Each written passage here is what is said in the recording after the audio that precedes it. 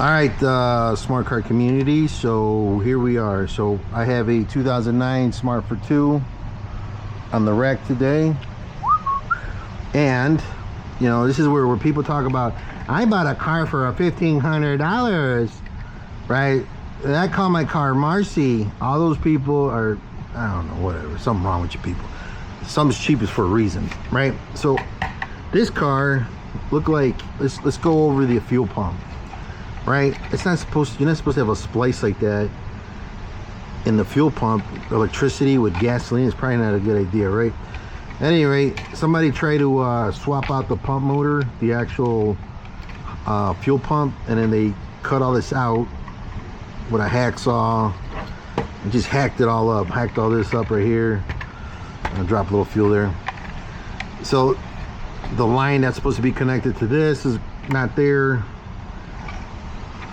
I believe there's another line here. This is not stock.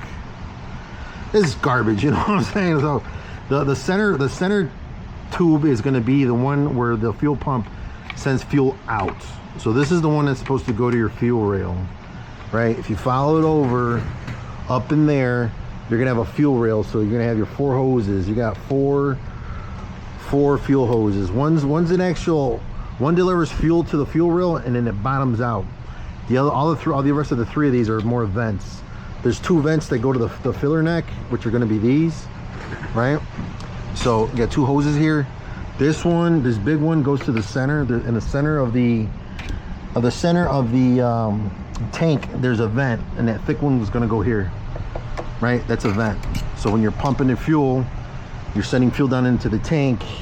It's gonna try and expand. So you want air to equalize so that fuel can get in there. Because if you're pumping air like into like if you grab a pop bottle and you blow air into it, it's just gonna bottom out. You're not gonna get more pressure. So these tanks have like a relief valve. So when you put pressure, you put liquid pressure, and the means of the liquid pressure and the gas to go into the tank, it's gonna release some of that pressure, come back through here, balance out.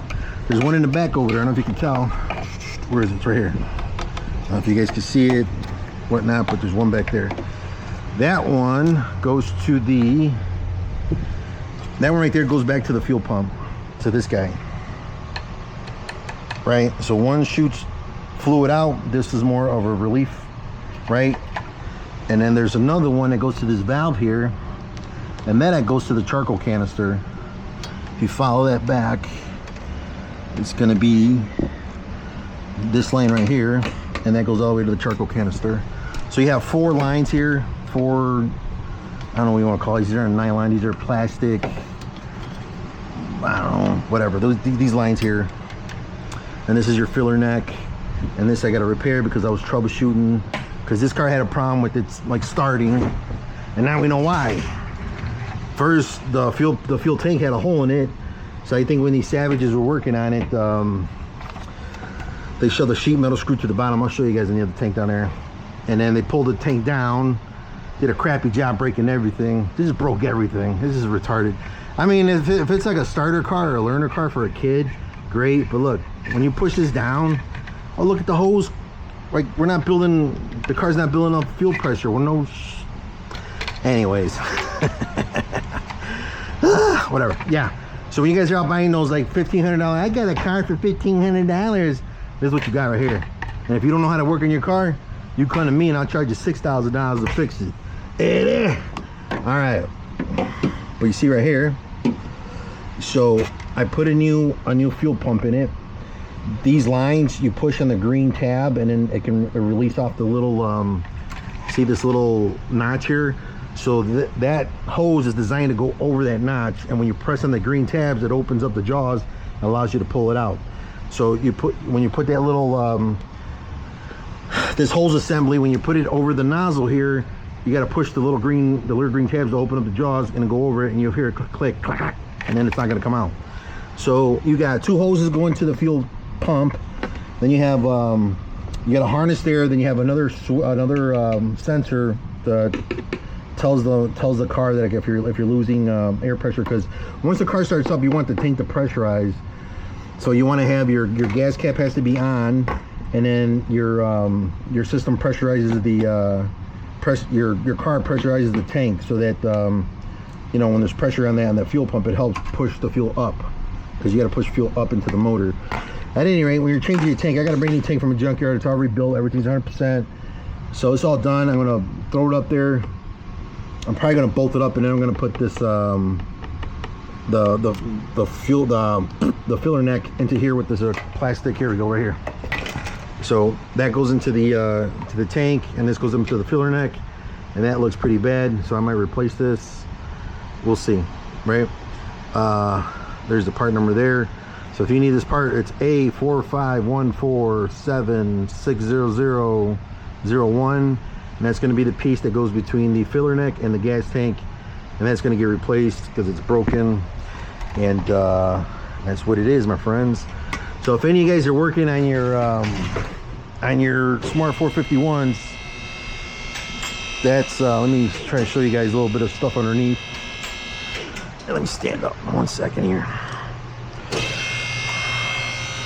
So this car is pretty interesting because this one came with there's a cap, so like a little cover, so all your brake dust doesn't come out on your rims. So these rims stay clean all the time. That's pretty cool. It's the first time I've ever seen that. So let's try to go up a little more. One more. Boom, the lock hit. Let's hit the lock. It is. All right, let's take a look. All right, so let's show you the underneath of this car. What do you guys want to know? Here we go. So looks like there's on this side, maybe see it better over here. Matter of fact, let me get the flashlights right there. Ooh. All right, so if you guys want to get to know these cars a little better, this appears to be like a wheel speed sensor, right? That goes, this little hose comes to this little thing here, and then it breaks out into this little wiring harness. This is the speed sensor. These might go bad sometimes, you know, on most cars. So when this spins, there's a sensor there that's recording the thing there. So I just noticed that. That's pretty interesting. I know when I get on the forums, like, not too many people know too much about, most everybody names their cars Marseille and don't know much more about the car. But so let's dive into it a little bit here so you guys get an idea of what we're looking at. So these, I believe, are the refrigerant lines. Yeah, these got to be the air conditioning condenser lines, right? And then you're gonna have your radiator lines that go probably through the car, and they probably come out right there. Those two are like your radiator, your radiator fluid.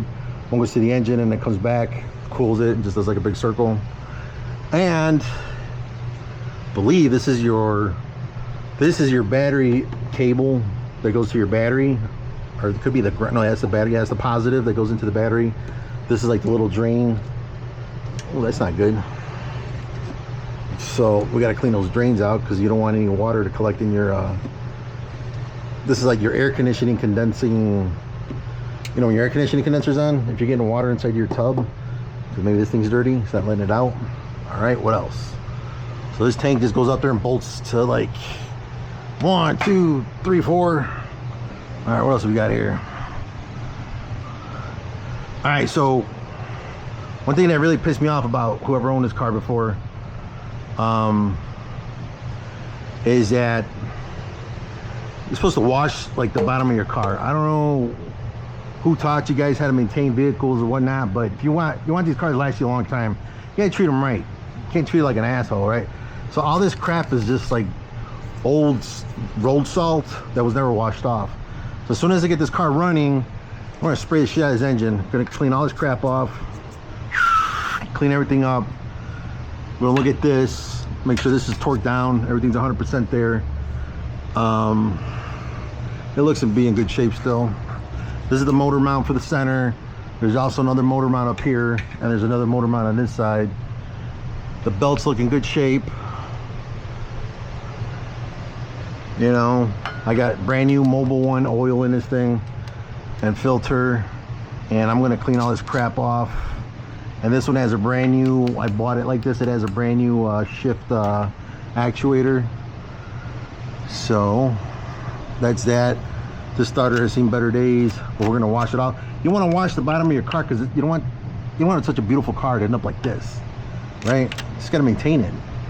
And the car's beautiful, except the meathead who had it before me never just washed it on the outside, never washed the inside.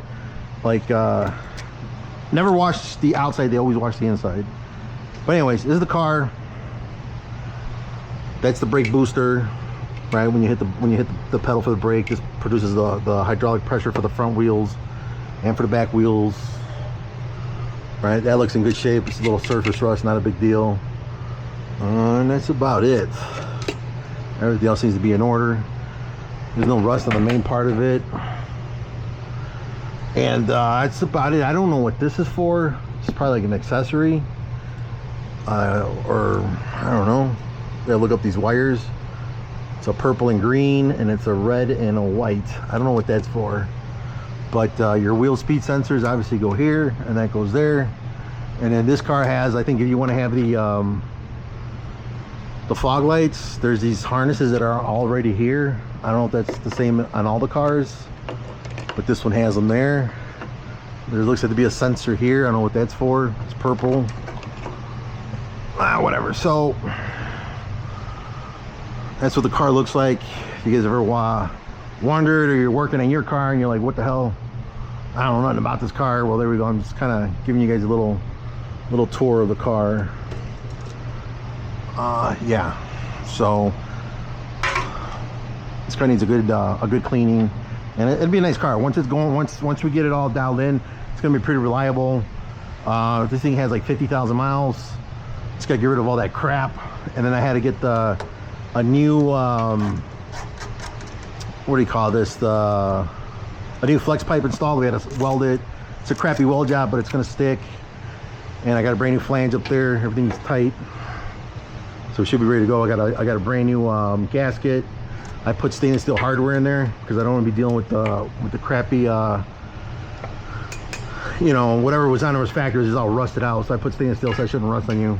And then I took these off and sprayed them with spray paint. This is all surface rust. And yeah, this thing just needs a really good cleaning. But other than that, I think we're good to go. All right, peeps, I'm gonna keep going, and we'll be in touch. It is.